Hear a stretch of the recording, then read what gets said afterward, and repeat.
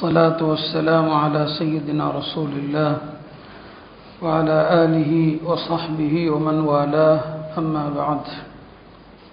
கண்ணியத்திற்குரிய அல்லாஹ்வின் நல்லடியார்களே, அல்லாஹ்வுடைய பேரருளால் இன்றைய மூன்றாவது தராவீஹ் சூரா ஆல் இம்ரான் ஓதப்பட்டது.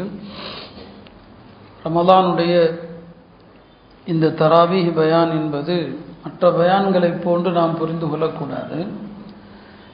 ஓதப்படுகிற வசனங்களுடைய தஃப்சீர். ஒவ்வொரு அத்தியாயத்திலும் அல்லாஹ் பல்வேறு விஷயங்களை அல்லாஹ் சொல்கிறான். அதனால் இந்த ஆல் இம்ரானில் எவ்வளோ முக்கியமான விஷயங்கள் வருகிறது என்பதை மட்டும் நான் சுட்டி காட்ட விரும்புகிறேன். முதலாவது, நபி ஸல்லல்லாஹு அலைஹி வஸல்லம் அவர்கள் சூரத்துல் பக்ரா, ஆல் இம்ரான் இந்த ரெண்டுக்கும் சேர்த்து ஒரு பெயர் சொல்வார்கள், ஜஹராவைன் என்று சொல்வார். ஜஹராவைன் என்று சொன்னால் இரண்டு ஒளிவிளக்குகள் என்று அர்த்தம். பக்ரா, ஆல இம்ரான் இந்த இரண்டுமே ஒளிவிளக்குகள் என்று அர்த்தம். குர்ஆனுடைய எல்லா சூறாக்களுமே ஒளிவிளக்குகள் தான். குறிப்பாக இந்த ரெண்டு சூறாவை ஒளிவிளக்கு நூர் என்று சொல்வதற்கான காரணங்கள் பல உண்டு. இந்த ரெண்டு சூறாவுமே குர்ஆனில் ஆகப்பெரிய சூறாக்கள். பக்ரா 286 வசனங்கள் என்று சொன்னால், ஆல இம்ரான் 200 வசனங்கள், சரியாக 200 வசனங்கள். ரெண்டு சூறாவிலுமே நிறைய ஒற்றுமைகள் இருக்கிறது. பக்ராவும் அலிஃப் லாம் மீம் என்று தான் ஆரம்பிக்கிறது. ஆல இம்ரானும் அலிஃப் லாம் மீம் என்று தான் ஆரம்பிக்கிறது. பக்ராவுடைய துவக்கத்திலேயும் குர்ஆனை பற்றி அல்லாஹ் சுருக்கமாக சொல்வான், ஜாலிகல் கிதாப், இது வேதம், இதில் சந்தேகம் இல்லை. ஆல இம்ரானுடைய துவக்கத்தில் குர்ஆனையும் தௌராத்தையும் இன்ஜீலையும் எல்லா வேதங்களையும் அல்லாஹ் சொல்கிறான். குர்ஆனுடைய ரெண்டு வகையான வசனங்கள் இருப்பதாக சொல்கிறான். குர்ஆனில் ரெண்டு வகையான வசனங்கள் இருக்கிறது. ஒரு வகை வசனங்களுக்கு முஹ்கமாத் என்று சொல்வார்கள், இன்னொரு வகை வசனங்களுக்கு முத்தஷாபிஹாத் என்று சொல்வார்கள். முஹ்கமாத்துன்னு சொன்னால் அதனுடைய கருத்து உறுதி செய்யப்பட்டது, அதனுடைய கருத்தில் சிக்கல் இருக்காது.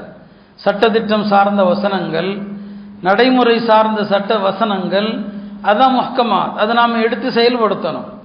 குர்ஆனில் இன்னொரு வகை வசனங்கள் இருக்குது, முத்தஷாபிஹாத். முத்தஷாபிஹாத்னா அதனுடைய கருத்து என்னன்னு விளங்காது, அதை ஈமான் கொள்ளணும், அவ்வளோதான், அதை நம்பணும், அதில் மூழ்கக்கூடாது. மூழ்குனா வழிகட்டு போயிடுவோம். அல்லாஹ் அப்படியும் குர்ஆனில் வச்சிருக்கிறான். அதனுடைய அர்த்தம் என்னன்னு ரொம்ப ஆழமாக போயிடக்கூடாது.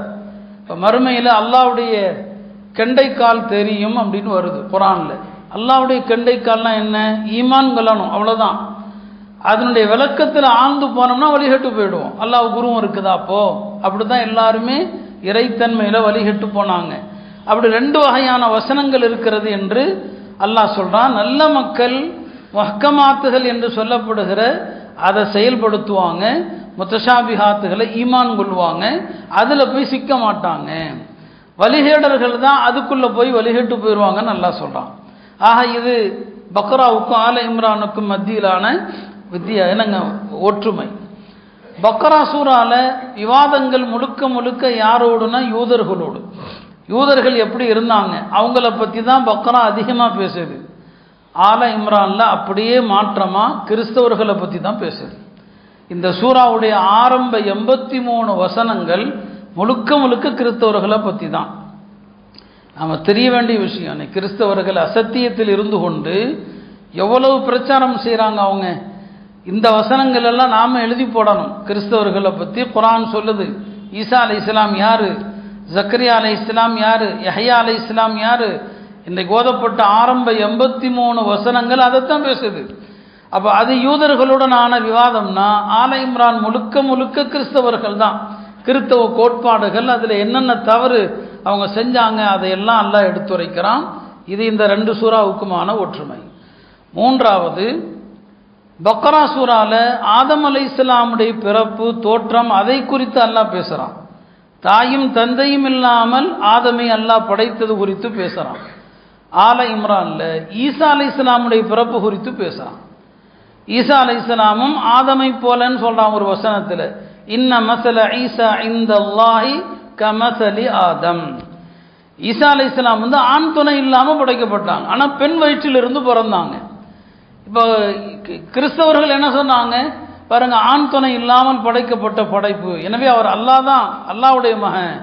ஈசா அலைஹிஸ்ஸலாமுடைய தந்தை யார்? அல்லாஹ்னு சொன்னான். அதுக்கு பதிலாக தான் அல்லாஹ் சொன்னான், ஆண் துணை இல்லாமல் வந்ததற்காக ஈசாவை கடவுள் என்று சொன்னால், ஆணும் இல்லாம பெண்ணும் இல்லாம வந்தாரே ஆதம், இப்போ அவரையும் கடவுள்னு சொல்லு, அவரையும் கடவுள்னு சொல்லணும் அல்லவா? இவரை விட அவர் சிறந்தவர் இல்லையா? அப்போ குர்ஆன்ல அல்லாஹ் இந்த வசனங்கள்ல அதை என்ன செய்யறான் கேட்கிறான். அதே மாதிரி தான் பக்ராவுடைய கடைசி வசனங்களும் துஆவோடு தான் முடியுது இல்லையா? ரப்பனா லா துஆஹிதுனா இன் நஸீனா அவ் அக்தஅனா ரப்பனா வலா தஹ்மில் அலைனா இஸ்ரன் கமா ஹமல்தஹு அலல் லதீன மின் கப்லினா. அழகான துஆக்கள்.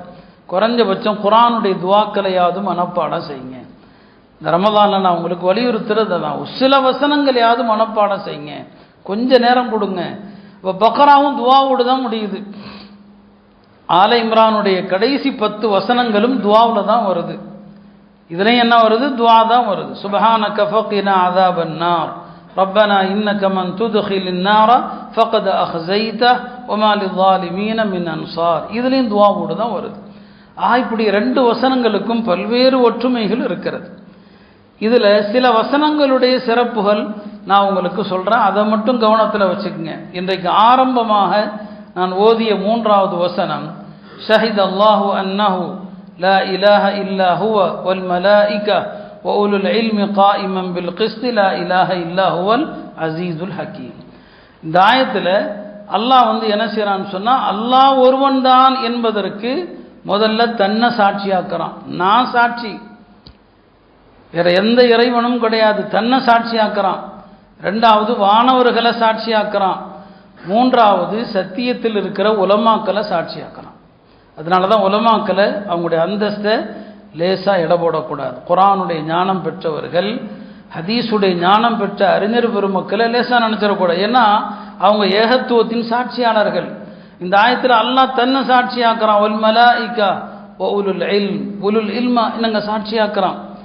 இந்த ஆயத்தை சஹாபாக்கள் ஓதும்போது, தாபியின்கள் ஓதும்போது, ஷஹித் அல்லாஹு அன்னஹு லா இலாஹ இல்லாஹு வல் மலாயிகா வ உலுல் இல்ம், இந்த ஆயத்தை யார் ஓதும்போது ஓதி முடிச்சு, நான் ஏற்கனவே ஒரு தடவை ஒரு ரமதானில் சொல்லியிருக்கிறேன், பெருமானார் குர்ஆனை ஓதுகிற போது அப்படியே கடந்து போயிட மாட்டாங்க. குர்ஆனுடைய கருத்துக்களுக்கு ஏற்ப அவங்களுடைய தாக்கம் வெளிப்படும். அந்த ஆயத்தில் என்ன கருத்து வருதோ அதை அல்லாஹ்ட்ட துஆவா கேட்பாங்க. ரஹமத்துடைய ஆயத்து வந்தால் நிறுத்தி ரஹமத்தை கேட்பாங்க.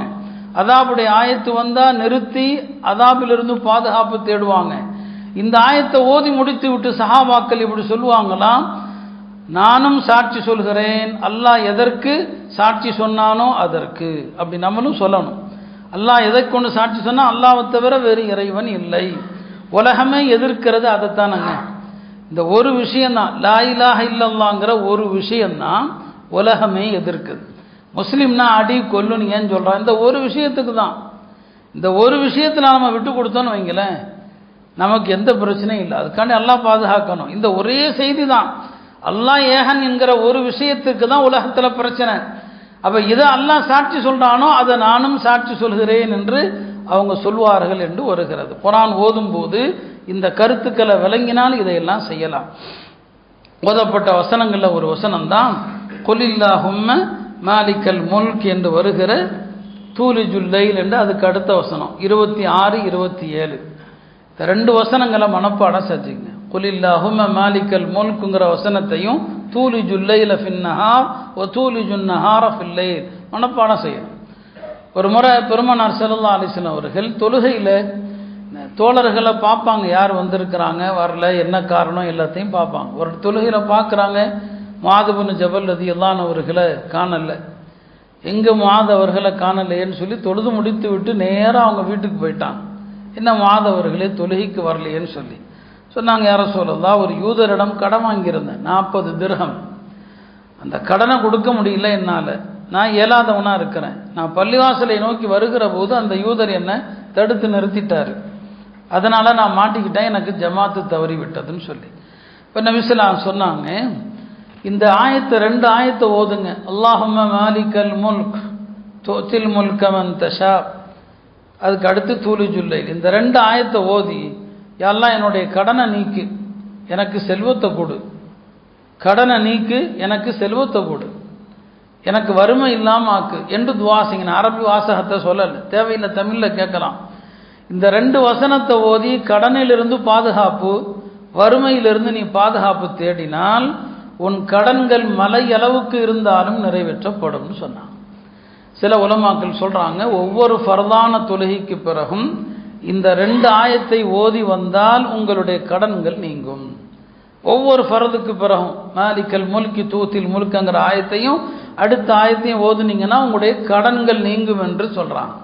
சில அறிஞர்கள் அனுபவத்தில் சொன்னாங்க, 7 தடவை ஓதி வந்தார், 7 தடவை இந்த 2 ஆயத்துகளையும் ஓதி வந்தால் கடன்கள் நீங்கும் என்பதாக சொல்றாங்க.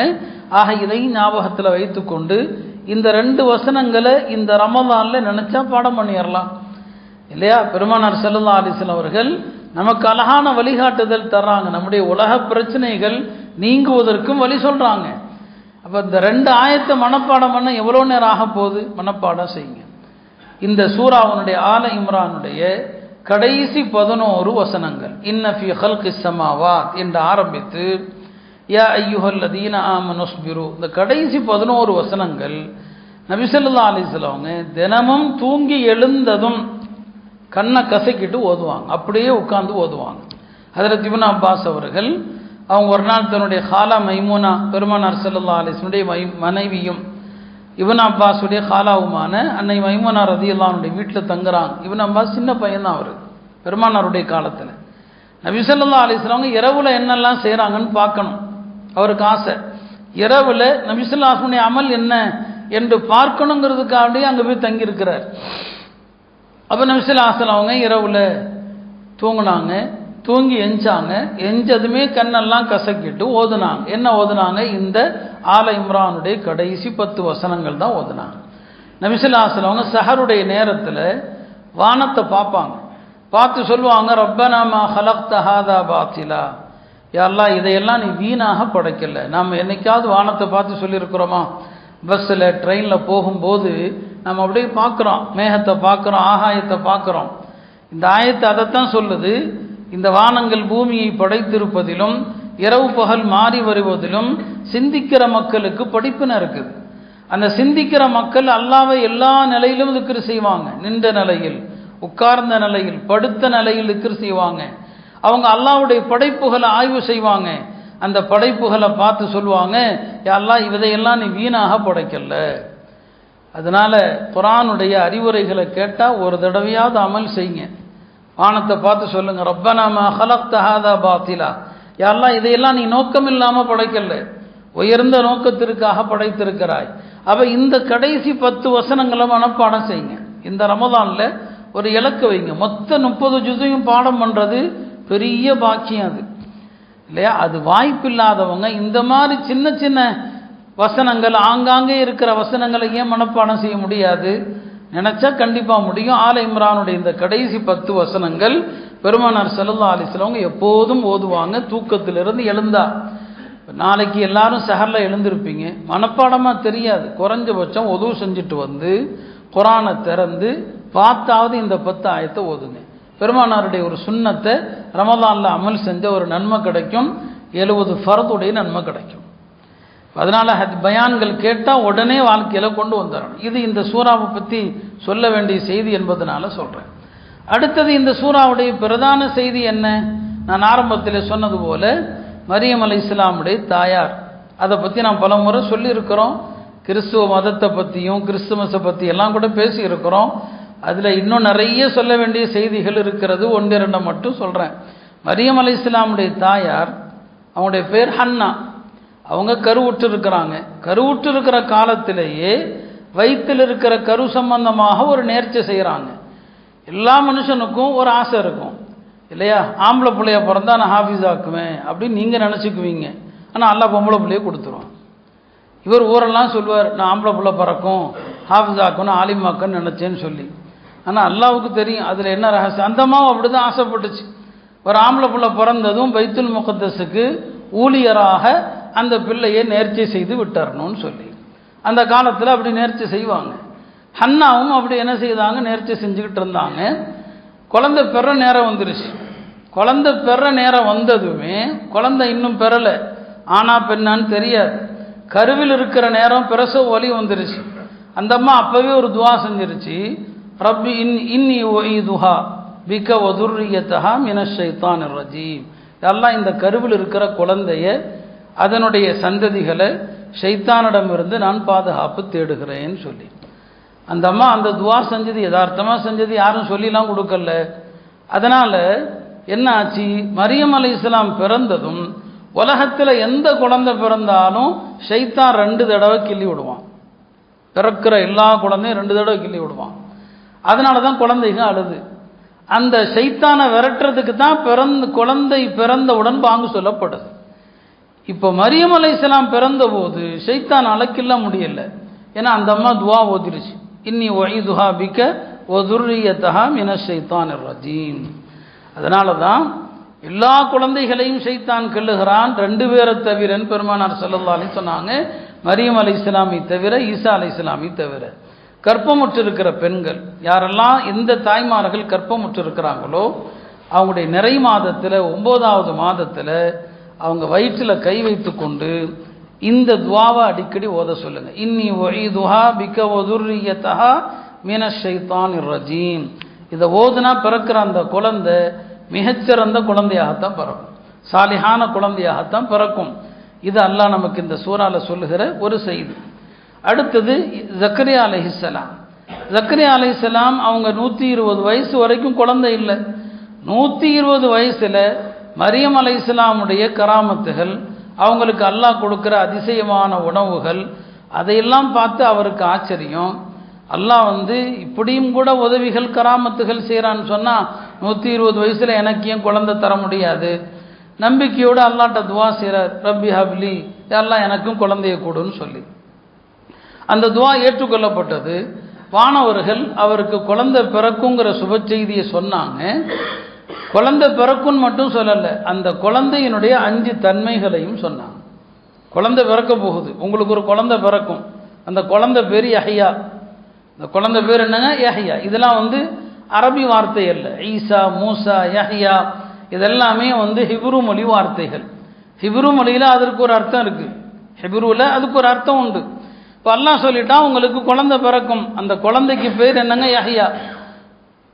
அந்த குழந்தை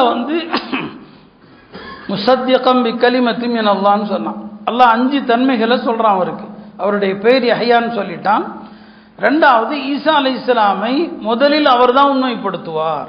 ஈசா அலைஹிஸ்ஸலாமுக்கு 2 வார்த்தைகள் குர்ஆன்ல வருது, கலிமத்துல்லான்னு வருது, ரூஹுல்லான்னு வருது. கலிமத்துல்லானா என்ன? அவர் அல்லாஹ்வுடைய கட்டளையால் பிறந்தவர். நாமெல்லாம் ஆண் பெண் சேர்க்கையில் பிறந்தோம். அவர் அல்லாஹ்வுடைய குன் என்ற கட்டளையால் பிறந்தவர். எனவே அவருக்கு கலிமத்துல்லான்னு சொல்லப்படும். 2வது அவருக்கு ரூஹுல்லா என்றும் சொல்லப்படும்.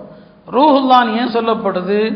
ஜிப்ரீல் அலைஹிஸ்ஸலாம் மரியம் அலைஹிஸ்ஸலாமுடைய கற்பத்தில் ஊதினார்கள். அப்படி ஊதினதுனால பிறந்த குழந்தை, எனவே அவருக்கு பேர் ரூஹுல்லா. உலகத்தில் முதல்ல ஈசா அலைஹிஸ்ஸலாமை ஈமான் கொண்டது யாருன்னா யஹ்யா அலைஹிஸ்ஸலாம். அதை குர்ஆன்ல சொல்றா. அவர் ஈசாவை உண்மைப்படுத்துவார். 2வது அவர் சய்யிதன், அவர் தலைவராக இருப்பார், மக்களுக்கு வழிகாட்டுகிற விஷயத்தில் தலைவராக இருப்பார்னு சொல்றான். 3வது ஹசூரன். ஹசூருன்னு சொன்னால் அவருக்கு பெண்கள் மீது நாட்டமே இருக்காது. அல்லாஹ் உலகத்தில் அப்படியும் படைச்சிருக்கிறான். அவருக்கு பாவத்தின் மீது பெண்கள் மீது நாட்டமே இருக்காது. 2 படைப்பு பாருங்க. மரியம் அலைஹிஸ்ஸலாம் அல்லாஹ் எப்படி படைச்சான்னு சொன்னால் அவங்களுக்கு ஆண்கள் மீது நாட்டம் இருக்காது. மரியம் அலைஹிஸ்ஸலாமுக்கு அந்த ஆண்கள் மீதான எண்ணமோ நாட்டமோ வரவே வராது. அப்படி அல்லாஹ் அவங்கள படைச்சிட்டான். அந்த மரியமுடைய பொருட்டால தான் ஜக்கரியா அலைஹிஸ்ஸலாம் ஒரு குழந்தையை கேட்டாங்க. அதனால அல்லாஹ் அவருக்கு எப்படி குழந்தையை கொடுத்துட்டான்?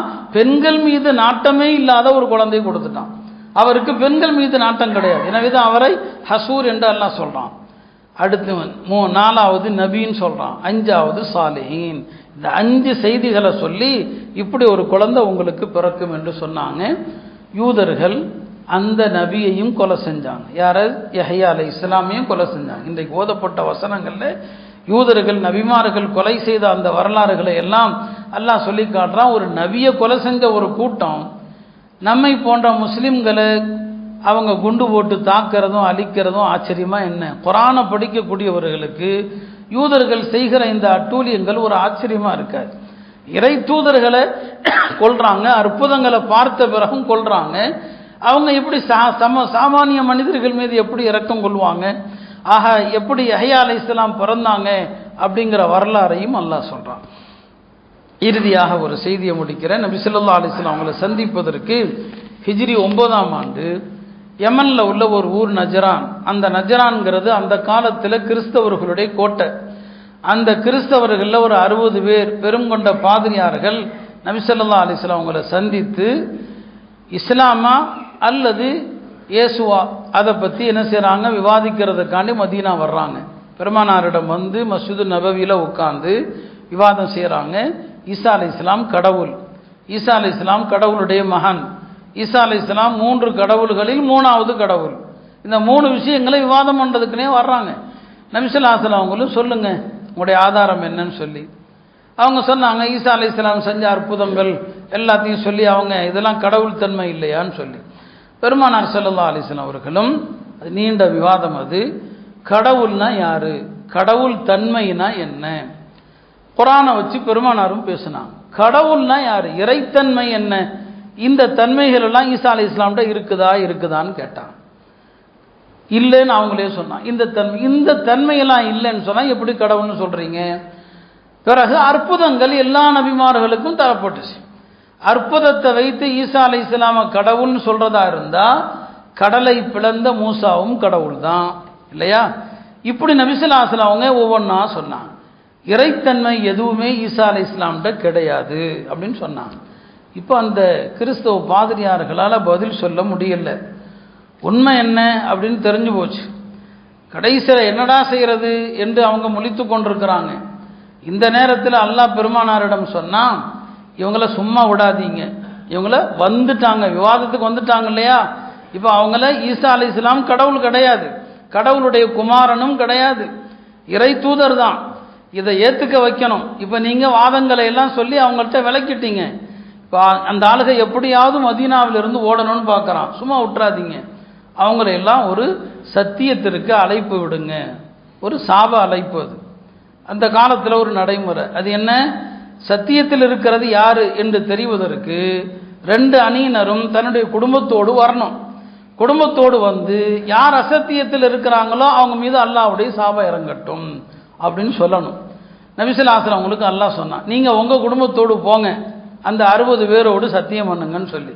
நபி ஸல்லல்லாஹு அலைஹி வஸல்லம் அவங்க ஹஜ்ரத் சையதுனா அலி, ஃபாத்திமா, ஹசன், ஹுசைன் ரலியல்லாஹு அன்ஹும், இவங்க தான் அவங்களுடைய குடும்பம் இல்லையா? இவங்களோடு வர்றாங்க. அந்த கிறிஸ்தவ பாதிரிகளை கூப்பிட்றாங்க, வாங்க சத்தியம் பண்ணுவோம், யாருடைய மார்க்கம் உண்மைன்னு பார்த்துடலான்னு சொல்லி. அப்படி கூப்பிட்டதுமே இவங்கெல்லாம் பயந்துட்டாங்க. இந்த குடும்பத்தினுடைய முகத்தை நிற பார்த்ததுமே பயந்து போயிட்டாங்க. அவங்கெல்லாம் சொன்னாங்க, இந்த முகங்கள், ஹஜ்ரத் அலி ஃபாத்திமாவுடைய முகத்தை பார்த்துட்டு சொன்னாங்க, இந்த முகங்கள் எப்படிப்பட்ட முகங்கள்னு சொன்னால், இவங்கெல்லாம் ஒரு மலையை யாரெல்லாம் இந்த இடத்துல இருந்து வேறொரு இடத்துக்கு தூக்கி வச்சிரும்னு சொன்னால் கூட அல்லாஹ் வச்சிருவான். இவங்க அப்படிப்பட்ட திருமுகங்கள். இவங்கள்ட்ட நாம் வந்து இந்த வாதத்திற்கு, இந்த சாபத்திற்கு நாம் சம்மதிச்சோன்னு சொன்னால் உலகத்தில் ஒரு கிறிஸ்தவன் கூட உயிரோடு இருக்க மாட்டான்னு சொல்லிட்டான். ஒரு கிறிஸ்தவர் கூட உயிரோடு இருக்க மாட்டான். அப்போ பயந்து போயிட்டாங்க. ஒரு 3 நாள் அவகாசம் கேட்டாங்க. பெருமானாரும் 3 நாள் அவகாசம் கொடுத்தாங்க. 3 நாள் மதீனால உட்கார்ந்து பேசுனாங்க. கடைசியில் இந்த தலைவர்கள் சொல்லிட்டாங்க, இதுக்கு நீங்கள் சம்மதிச்சிங்க கிறிஸ்தவம் உலகத்தில் அழிஞ்சு போயிடும்னு சொல்லி. கடைசியில் தாமாக வந்து பெருமானாரிடம், நாங்கள் இஸ்லாம் சத்தியங்கிறத ஏற்றுக்கிறோம், ஆனால் நாங்கள் முஸ்லீம் ஆக மாட்டோம், அதுக்கு பதிலாக நாங்கள் உங்களுக்கு வரி கட்டி விடுகிறோம் என்று சொல்லி அந்த இடத்த விட்டு வேகமாக ஓடி போயிட்டாங்க. இதையும் அல்லாஹ் திருமறையில் இன்றைக்கு சொல்கிறான். இதெல்லாமல் அந்த கிறிஸ்தவர்களோடு பலவிதமான வாதங்களுக்கு அல்லாஹ் அழைப்பு கொடுக்குறான். அருமையானவர்களே, நாம இந்த கிறிஸ்தவர்கள் அசத்தியத்தில் இருந்து கொண்டு ஒரு பொய்யான விஷயத்தை, அல்லாஹ் மீது ஒரு அநியாயத்தை, அபாண்டத்தை உலகம் பூரா பரப்பி வச்சிருக்கிறான். ஈசா அலைஹிஸ்ஸலாம் கடவுள் என்று. நாம் சத்தியத்தை சொல்லாமல் இருக்கிறோம். அவன் எல்லா சோறுகளிலும் எழுதி வச்சிருக்கிறான். ஒரு சிட்டிக்குள்ளே போறீங்கன்னா பைபிளுடைய பொய்யான திரிக்கப்பட்ட வசனங்களை எழுதியிருக்கிறான். நம்மள்கிட்ட குர்ஆனுடைய சத்திய வசனங்கள் இருக்கிறது. நாம் அதன் பக்கம் அழைக்காமல் விட்டு விட்டோம். அல்லாஹ் அழைக்குமாறு சொல்கிறான். யா அஹ்லல் கிதாப், வேதக்காரர்களே வாருங்கள், கூப்பிட்றான்ல, வா உட்கார்ந்து பேசுவோம். தௌஹீதா ஷிர்கா, ஏகத்துவமா இணை வைப்பா, இந்த ரெண்டுக்கும் தான் உலகத்தில் பிரச்சனையே. அப்போ ஏகத்துவத்தை நிலைநாட்டுவதற்கு எல்லா வகையிலும் அல்லாஹ் ஆதாரங்களை அடுக்கி அவர்களோடு விவாதம் செய்யுமாறும் முஸ்லிம்களுக்கு வழிகாட்டுகிறான். இதுதான் இந்த சூறாவுடைய சாராம்சம். இதில் இடையில பத்ர் போரை பற்றி, உஹது போரை பற்றி எல்லாம் கூட வருகிறது. மொத்தத்தில் பல்வேறு அழகான வரலாறுகளும் சட்டங்களும் கொண்ட ஒரு சூறா தான் ஆல் இம்ரான். எனவே தான் நபி ஸல்லல்லாஹு அலைஹி வஸல்லம் அவர்கள் அதை நூர் என்று சொன்னாங்க, ஒளி விளக்குன்னு சொன்னாங்க. இதில் சொல்லப்பட்ட இந்த விஷயங்களை வாழ்க்கையில் கடைபிடிப்பதற்கு அல்லாஹ் நம்ம எல்லோருக்கும் தௌஃபீக் செய்வானாக. இதில் உள்ள சின்ன சின்ன துவாக்கள் இருக்குல்லவா, அதையெல்லாம் மனப்பாடம் செய்வதற்கும் அல்லாஹ் வாய்ப்பினை தருவானாக. கடைசி 10 வசனங்களை காலையில் எழுந்ததும் ஓதக்கூடிய ஒரு வாய்ப்பினையும் தருவானாக. வாஹிரு தஅவானா அல்ஹம்துலில்லாஹி ரப்பில் ஆலமீன்.